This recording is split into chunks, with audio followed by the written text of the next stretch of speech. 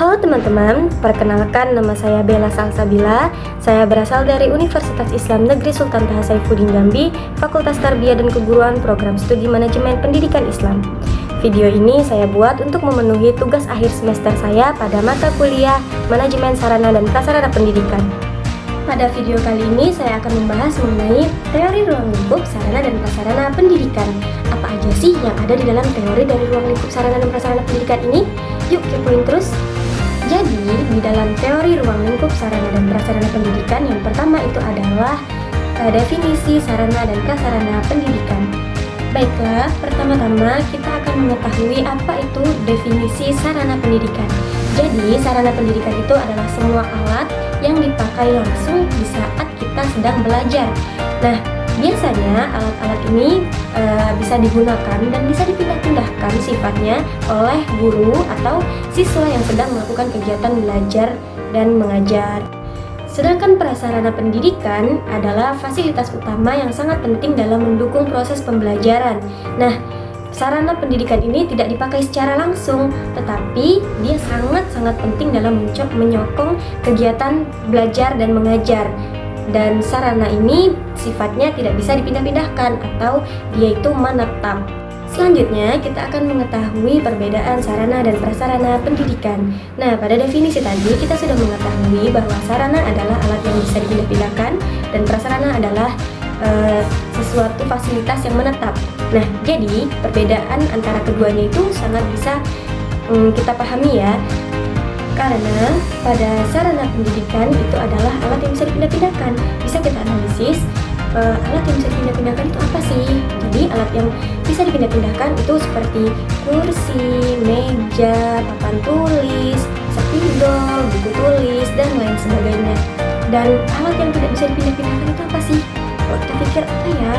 Ternyata alat yang tidak bisa dipindah-pindahkan itu adalah hal yang sering tidak kita sadari. Contohnya seperti kelas, terus kamar mandi, terus laboratorium, perpustakaan, lapangan olahraga, dan lain sebagainya. Nah, dari segi bentuk, ciri khas, fungsi, itu kan sudah terlihat banget ya perbedaannya gitu. Nah, jadi untuk perbedaan dari sarana dan prasarana pendidikan itu bisa kita lihat dari fungsi dan kegunaannya, seperti itu. Nah, ngomong-ngomong soal fungsi nih, di dalam teori ruang lingkup sarana dan prasarana itu terdapat fungsi dari sarana dan prasarana pendidikan nih. Yang pertama adalah fungsi akselerasi. Apa itu fungsi akselerasi? Jadi, fungsi akselerasi adalah mempercepat proses penyampaian materi. Nah, kalau misalkan pada zaman dahulu sebelum teknologi canggih, itu guru-guru menyampaikan materi itu secara lisan, secara oh gini nak, bla bla bla bla. Nah, tetapi di era teknologi sekarang ada yang namanya proyektor. Nah, proyektor ini digunakan untuk menampilkan apa yang ingin disampaikan. Misalkan menampilkan PPT yang seperti saya sajikan ini, menampilkan PPT dan akan dilihat langsung oleh siswa-siswa yang akan mengikuti proses belajar mengajar. Nah, itu akan mempersingkat waktu dan mempercepat proses penyampaian materi tadi. Selanjutnya ada fungsi visualisasi dan kontekstualitas. Jadi fungsi ini akan membantu menjembatani pemahaman siswa dari konsep yang abstrak menjadi yang lebih konkret. Contohnya, ketika kita di dalam laboratorium, kita akan menggunakan alat-alat peraga yang akan memudahkan kita memahami teori sains dan melalui praktik gitu. Nah, jadi gitu ya teman-teman.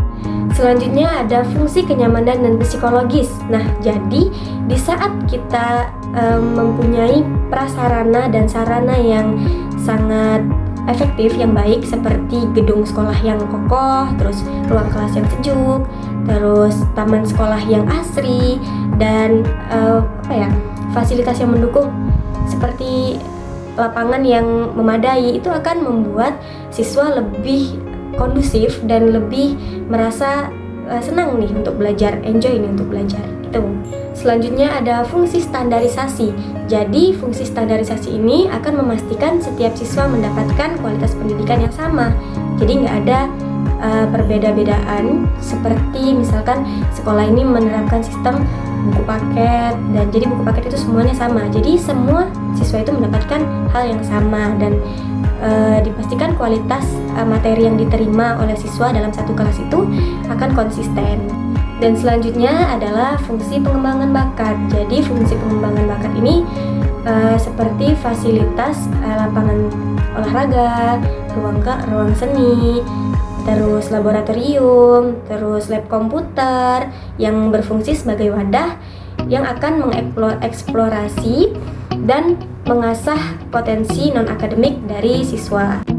Lalu, apa sih perbedaan fokus antara sarana dan prasarana ini?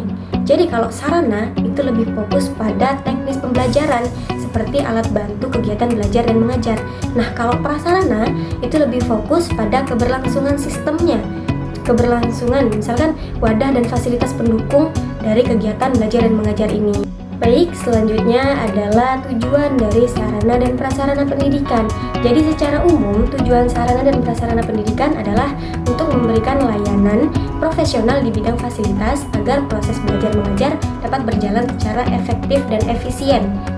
Jadi, ada rincian utama. Yang pertama adalah menciptakan lingkungan kondusif. Dan jadi di sini akan menyediakan tempat yang bersih, rapi, nyaman, sehingga guru dan siswa akan merasa betah dan bersemangat dalam proses pembelajaran. Selanjutnya adalah memperlancar kegiatan belajar mengajar seperti menyediakan alat-alat yang memadai seperti proyektor, buku, dan alat peraga yang akan membantu penyampaian materi agar pembelajaran lebih mudah dipahami oleh siswa. Selanjutnya adalah meningkatkan kualitas pembelajaran. Nah, jadi tujuan ini akan memastikan ketersediaan fasilitas yang memadai secara kuantitas dan kualitas untuk mendukung pengembangan bakat dan potensi siswa. Selanjutnya adalah menjamin kesiapan pakai. Nah, jadi melalui manajemen yang baik, sarana dan prasarana yang dijaga agar selalu dalam kondisi prima dan siap digunakan kapanpun dibutuhkan tanpa hambatan teknis. Selanjutnya adalah efisiensi anggaran yang mengupayakan pengadaan dan pemeliharaan fasilitas secara terencana agar penggunaan dana pendidikan tepat sasaran dan tidak boros. Jadi, ketika kita simpulkan, tujuannya itu adalah agar guru mudah mengajar dan siswa mudah belajar dengan dukungan fasilitas yang lengkap dan terawat. Selanjutnya adalah peranan dari sarana dan prasarana pendidikan. Nah, jadi peran antara keduanya ini sangat sama-sama penting, tidak ada yang tidak penting, dan tidak ada yang menang, tidak ada yang kalah. Jadi sama-sama penting untuk menunjang keberhasilan pembelajaran. Nah, jadi peran yang pertama itu adalah penunjang keberhasilan kegiatan belajar dan mengajar.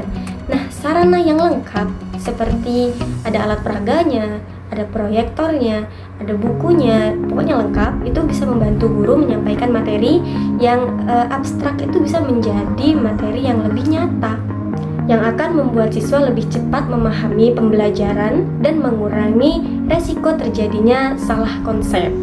Nah, terus yang kedua adalah peningkatan motivasi dan kenyamanan. Nah, prasarana yang memadai seperti ruang kelas yang bersih, sirkulasi udara yang baik, lingkungan yang asri, secara psikologis itu meningkatkan fokus dan semangat belajar siswa. Sebaliknya, kalau fasilitasnya rusak, fasilitasnya buruk, fasilitasnya lusuh, itu bisa menurunkan minat belajar siswa dan menurunkan juga kinerja guru. Peranan selanjutnya adalah menjamin efisiensi waktu dan tenaga.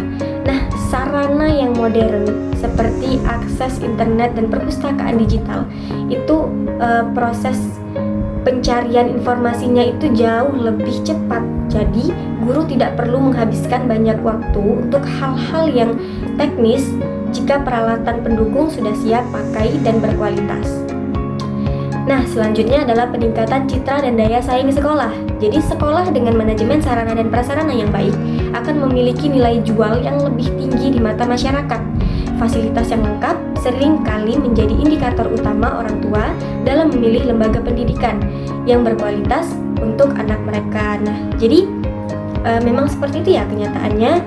Kalau banyak orang tua itu pasti memandang sekolah ini bagaimana nih capaian sekolahnya, bagaimana nih sarana dan prasarana sekolahnya, bagaimana kualitas pendidikan di sekolahnya. Nah, itu akan menjadi nilai jual sekolah yang lebih tinggi untuk sekolah ini.